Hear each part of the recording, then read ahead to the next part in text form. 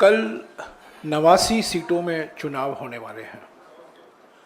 19 तारीख को 102 सीटों पर चुनाव हुआ।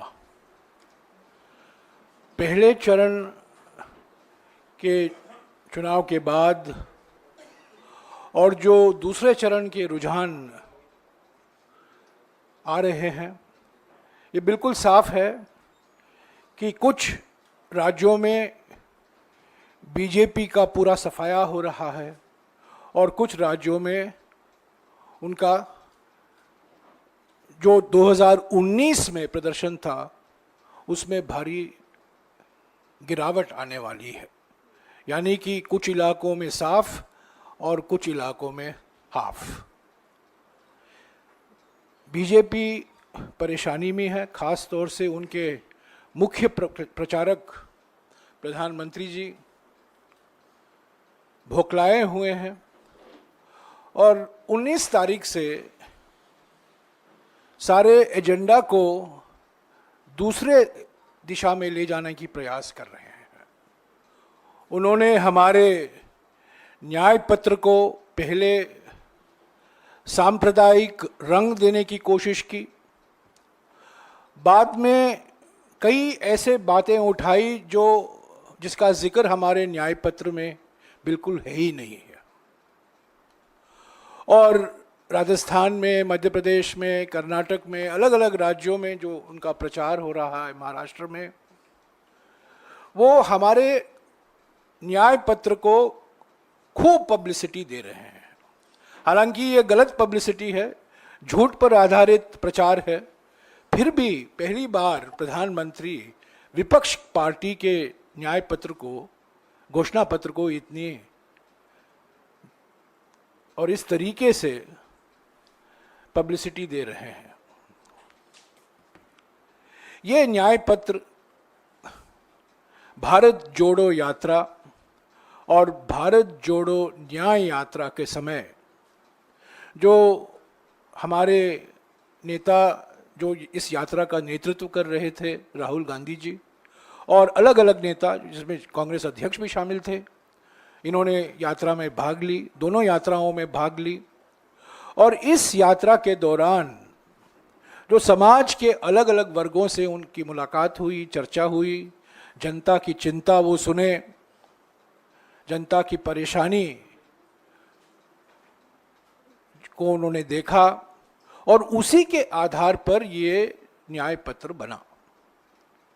क्योंकि बिल्कुल साफ हो गया था कि पिछले 10 साल में जो प्रधानमंत्री की नीयत है और प्रधानमंत्री की नीतियां हैं, उससे बेरोजगारी बढ़ी है, महंगाई पर कोई काबू नहीं ला पाए हैं और आर्थिक विषमताएं हमारे समाज में पिछले 100 सालों में इतना उस स्तर पर पहुंचा है जो पिछले 100 सालों में देखा नहीं गया।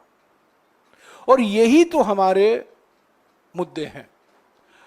भारत जोड़ो न्याय यात्रा के समय हमने बार बार कहा, राहुल जी ने बार बार कहा, कांग्रेस अध्यक्ष ने बार बार कहा कि नारी न्याय, युवा न्याय, किसान न्याय, श्रमिक न्याय और हिस्सेदारी न्याय, ये 5 न्याय हमारे चुनाव के रणनीति तय करेंगे।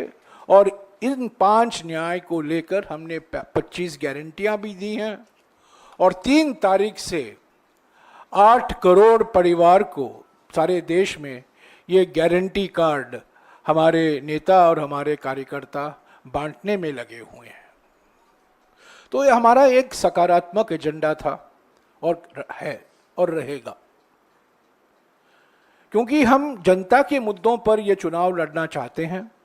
बेरोजगारी, महंगाई, बढ़ती हुई आर्थिक विषमताएं, हमारे संविधान पर आक्रमण, हमारे संघीय ढांचा पर आक्रमण, हमारे लोकतांत्रिक संस्थाओं पर आक्रमण, यही तो मुद्दे हैं। पर प्रधानमंत्री पिछले कुछ दिनों से 400 पार के नारा छोड़ दिया है और अपनी 56 इंच की छाती को मोदी की गारंटी बोलने भी छोड़ दिया है। और इतने भौखलाए गए हैं, इतने परेशानी में हैं, इतने पीड़ित हैं कि वो अभी नए भाषा का इस्तेमाल कर रहे हैं। ध्रुवीकरण हमेशा उनका हथियार रहा है, पर इस बार जिस भयंकर तरीके से खुले आम ध्रुवीकरण की भाषा इस्तेमाल कर रहे हैं और जिस तरीके से वो झूठ फैला रहे हैं, मैं समझता हूं जरूरी है इसका खंडन करना। और मैं सिर्फ 3 या 4 मुद्दों को लेना चाहता हूं जो प्रधानमंत्री के प्रचार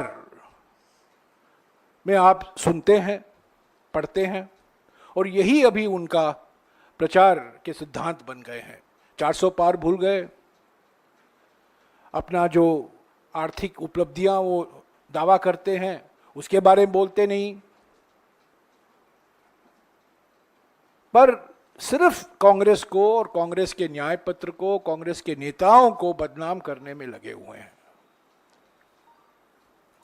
पहली बात तो यह है कि आर्थिक विषमता को लेकर मैं साफ कर देना चाहता हूं कि इस न्याय पत्र में विरासत कर का कोई जिक्र नहीं है।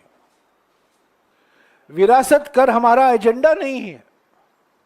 और हकीकत यह है कि 1985 में नए नए प्रधानमंत्री राजीव गांधी जी ने उस विरासत कर को हटाया था, और 2014 और 2019 के बीच में अरुण जेटली जी, जयंत सिन्हा और बीजेपी के कई समर्थक, शुभचिंतक, बुद्धिजीवी ने विरासत कर का वकालत उन्होंने की।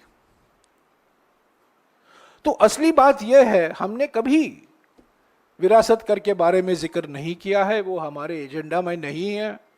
पर कल सारा विवाद, सारा चर्चा इसी पर हुआ क्योंकि प्रधानमंत्री ने इसका जिक्र किया, ये इल्जाम लगाया, और प्रधानमंत्री के समर्थक जो चैनल में हैं उसी को डिबेट का विषय बना दिया। ये बड़ा दुर्भाग्यपूर्ण है क्योंकि ये हमारे न्याय पत्र में शामिल ही नहीं है, इसका हमने जिक्र ही नहीं किया है।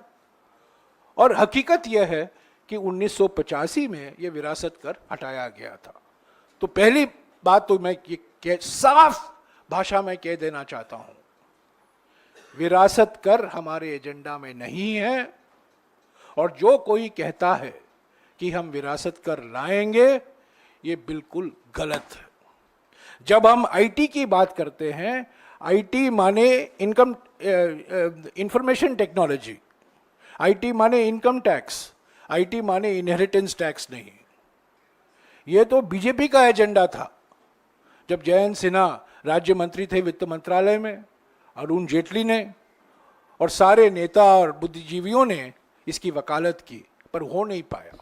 और आज प्रधानमंत्री वो आरोप हम पर लगा रहे हैं। दूसरी बात, प्रधानमंत्री कहते हैं कि इस न्याय पत्र में धन पुनर्वितरण की बात होती है। मैं उनको चुनौती देता हूं। हमारे 50 पन्ने हैं, 50 पेज है ये मैनिफेस्टो, ये न्याय पत्र। इसमें एक शब्द हमने इस्तेमाल नहीं किया है जो कहता है वेल्थ रीडिस्ट्रीब्यूशन, धन पुनर्वितरण। ये कहीं नहीं है। और प्रधानमंत्री कहते हैं कि हम धन पुनर्वितरण में लगे जाएंगे। ये झूठ नंबर 2 है। पर हकीकत क्या है? प्रधानमंत्री ये नहीं बताते हैं कि पिछले 10 साल में उनकी नीयत और इनकी नीतियों के कारण आज हमारे देश में 21 सुपर अरबपति हैं। 21, मात्र 21 सुपर बिलियनर अरबपति हैं जिनके पास उतना धन है जितना कि 70 करोड़ भारतवासियों के पास। ये सीधा सीधा नतीजा है, परिणाम है मोदी सरकार की नीयत और मोदी सरकार की नीतियों से 21 सुपर अरबपति और कुछ लोगों ने दुबई की नागरिकता ली है, कुछ लोगों ने सिंगापुर की नागरिकता ली है, मैं उस पर नहीं जाऊंगा, पर 21 अरबपति हैं जिनके पास उतना धन है जो 70 करोड़ भारतवासियों के पास है। क्या यह चिंता का विषय नहीं है? यह बढ़ती हुई आर्थिक विषमताएं, हम लोग चाहते हैं आर्थिक विकास सबको फायदा पहुंचाए। यह बात सही है कि हमने बार बार कहा है भारत जोड़ो यात्रा में, भारत जोड़ो न्याय यात्रा में और इस न्याय पत्र में कि आर्थिक विकास समावेशी होना है, बहुत जरूरी है, सबको लाभ पहुंचाना है, समावेशी होना है। पर पिछले 10 साल की हकीकत इससे बिल्कुल विपरीत है और हम ये कह रहे हैं कि समय आ गया है एक ऐसे आर्थिक नीति की जो रोजगार पैदा करता है, जिससे युवाओं को रोजगार मिलेगा, जो समावेशी होगा, ऐसा आर्थिक विकास जो न्याय संगत होगा, न्याय के विपरीत नहीं होगा, न्याय के खिलाफ नहीं होगा, पर सामाजिक न्याय संगत होगा और पर्यावरण को भी सुरक्षित रखेगा। हम आर्थिक से जीडीपी बढ़ाना चाहते हैं और तेजी से जीडीपी का दर हम कराना चाहते हैं और जीडीपी का दर बढ़ नहीं रहा है जिस मात्रा में बढ़ना चाहिए, क्योंकि निजी निवेश घटा है। निजी निवेश नहीं बढ़ेगा तो जीडीपी का दर बढ़ेगा नहीं। मनमोहन सिंह जी के समय में निजी निवेश करीब 34% था जीडीपी का, आज वो घटकर 28% हुआ है, क्योंकि एक वातावरण है भय का, धमकी का। लोग भारत में निवेश नहीं कर रहे हैं, जो निवेश कर सकते हैं वो दुबई की नागरिकता ले रहे हैं, सिंगापुर की नागरिकता ले रहे हैं, लंदन की नागरिकता लेते हैं, अमेरिका की नागरिकता ले रहे हैं। लोग भाग रहे हैं डर के मारे, धमकी के कारण। तो हम आर्थिक तेजी से और आर्थिक विकास बढ़ाने की जरूरत है, युवाओं को रोजगार देने के लिए, सामाजिक न्याय के लिए, पर्यावरण को सुरक्षित रखने के लिए तेजी से विकास हम करेंगे, पर वो निजी निवेश से होगा। जब तक हम निजी निवेश नहीं बढ़ाएंगे तब ये जीडीपी का दर बढ़ नहीं सकता। तो आर्थिक विषमताओं को हमें नजरअंदाज नहीं करना चाहिए। पिछले 10 साल में हमारी आबादी का 1%, 40% धन उन्हीं को उपलब्ध हुआ है। कांग्रेस पार्टी का हमेशा यह मानना है कि विकास का फायदा एक छोटे वर्ग को नहीं मिलना चाहिए और उसकी कीमत करोड़ों लोग उसको चुकाएं। ऐसा नहीं होना चाहिए, समावेशी होना चाहिए, न्याय संगत होना चाहिए। बड़ी से बड़ी खबर, क्राइम से लेकर राजनीति तक किस नेता ने 5 साल में क्या काम कराया।